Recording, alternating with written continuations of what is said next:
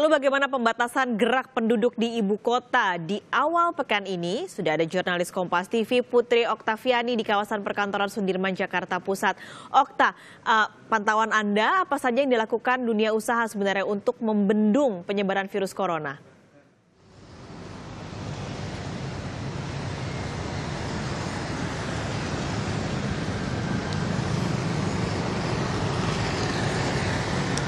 Ya, Pak Skalis dan juga saudara, kalau tadi dikatakan terkait dengan pembatasan di dunia usaha, kami akan memperlihatkan kepada Anda terlebih dahulu bagaimana suasana di sekitar Sudirman saat ini. Juru kamera Kompas TV Bodi Vimala akan memperlihatkan kepada Anda untuk lalu lintasnya sendiri ini memang masih cukup ramai seperti biasanya begitu ya. Dan tadi kami pun juga memantau di beberapa halte Transjakarta maupun juga stasiun Moda Raya Terpadu atau MRT ini juga masih ada beberapa masyarakat yang menggunakan. Selain itu juga yang berlalu lalang, berjalan kaki juga masih seperti biasa, masih cukup ramai begitu. Nah, tapi memang beberapa protokol sudah dilakukan setelah sebelumnya dari pihak Pemprov DKI Jakarta ini menutup sejumlah tempat rekreasi maupun juga menerapkan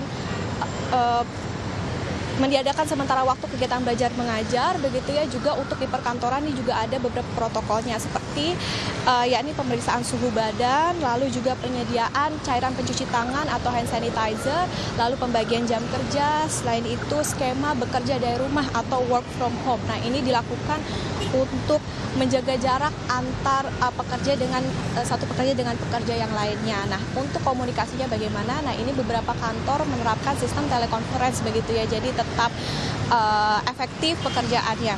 Nah, selain itu juga ada beberapa skema lainnya seperti pelarangan dinas ke luar negeri, dan bagi mereka yang baru kembali dari luar negeri ini disarankan untuk bekerja dari rumah. Kemudian karyawan yang punya riwayat atau sedang mengidap penyakit tertentu ini juga diharapkan untuk meliburkan diri atau bekerja dari rumah. Lalu dan terakhir, kantor-kantor di sekitar wilayah DKI Jakarta ini juga lebih selektif untuk menerima tamu. Nah, tentunya kebijakan ini akan berpengaruh kepada operasional ataupun ruang gerak dari para pekerja di Jakarta ini, sebab kalau menurut data dari Badan Pusat Statistik atau BPS, ini memang mayoritas dari pekerja di DKI Jakarta ini 68%, sekitar 68% atau mayoritasnya ini adalah berstatus karyawan. Pak Skalis. Oke, tadi Anda sempat menyebutkan bahwa memang kalau dilihat dari kondisi jalan masih ramai seperti biasa, tapi bisa Anda elaborasi lagi kalau dari pantauan Anda di titik-titik transportasi publik seperti halte Transjakarta lalu juga MRT, seperti apa kondisinya?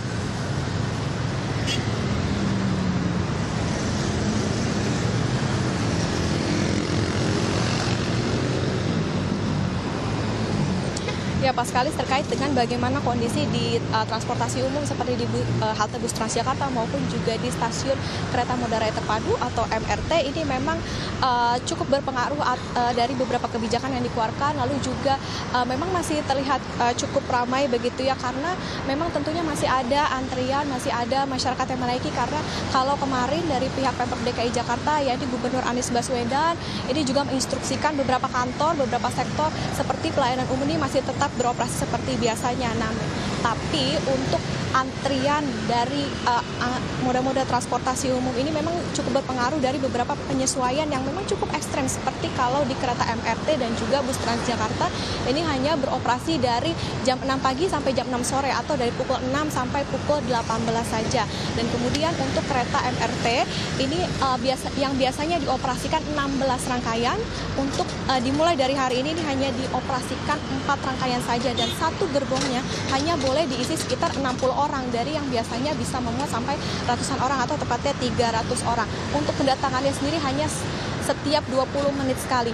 Lalu bagaimana dengan Transjakarta? Nah, kalau bus Transjakarta sendiri ini juga cukup ekstrim, Pak Skalis dan juga saudara, karena dari sebelumnya melayani 248 rute untuk dimulai di hari ini hanya sekitar 13 rute dan keberangkatannya ini hanya 20 menit sekali. Tapi pembatasan di moda transportasi umum ini juga dibarengi dengan kebijakan ganjil genap yang ditiadakan sampai dengan situasinya dinilai terkontrol. Nah, untuk masyarakat tentunya dihimbau lebih berhati-hati, terutama bagi mereka yang menggunakan moda transportasi umum karena potensi penyebaran virus COVID-19 ini cukup rentan, dan bagi masyarakat juga perkantoran ini bisa menerapkan kebijakan dengan sebaik-baiknya agar tujuan untuk pencegahan virus corona ini bisa tercapai. Paskalis. Melaporkan langsung dari kawasan Sudirman, Jakarta tentang kondisi Jakarta pagi ini. Terima kasih Putri Oktaviani mengulas langsung dari Sudirman, Jakarta.